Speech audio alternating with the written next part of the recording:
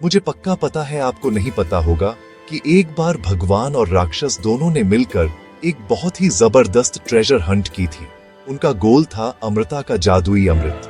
मैं बताता हूँ कैसे हुआ ये सब। बहुत टाइम पहले देव और असुर यानी भगवान और राक्षस अमृत पाने के लिए बहुत बेताब थे, पर वो कॉस्मिक ओशन के बहुत नीचे छुपा हुआ था।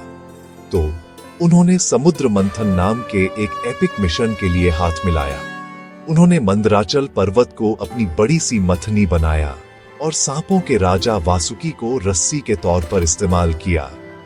दोनों तरफ के लोगों ने वासुकी को आगे पीछे खींचा, जिससे वो बड़ा पहाड़ घूमा और समुद्र की गहराइयों को मथा।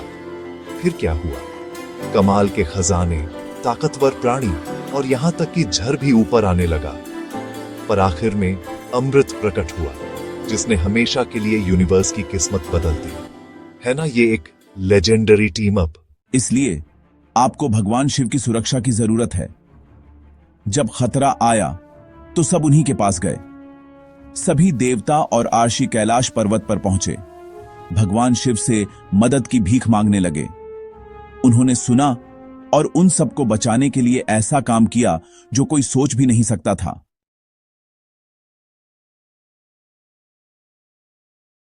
क्या आपने कभी कोई ऐसी मिस्टीरियस कहानी सुनी है जिसे सुनकर आपकी रीढ़ की हड्डी में सिहरन दौड़ जाए? मैं आपको समुद्र मंथन के समय में ले चलता हूं। कॉस्मिक ओशन के मंथन के समय में जैसे ही देवताओं और राक्षसों ने हाथ मिलाया, इस उम्मीद में कि उन्हें ऐसे खजाने मिलेंगे जो उनकी किस्मत बदल देंगे, ओशन ने अपने राज उगलने शुरू कर दिए। गहने, मैजिकल जानवर और यहां तक कि देवी लक्ष्मी भी एक के बाद एक प्रकट हुए। उस एक्साइटमेंट की कल्पना कीजिए।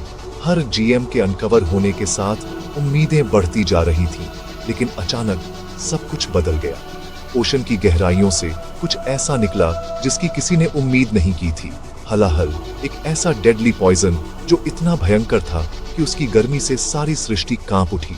आसमान काला हो गया, धरती हिलने लगी और ऐसा लगा जैसे कयामत नजदीक थी। बस एक पल के लिए महिमा और फॉर्चूना के वे सारे सपने प्योर टेरर में फीके पड़ गए।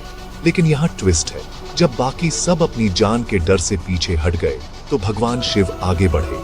उन्होंने उस पॉइजन को अपने गले में ले लिया, जिससे यूनिवर्स को विनाश से बचा लिया।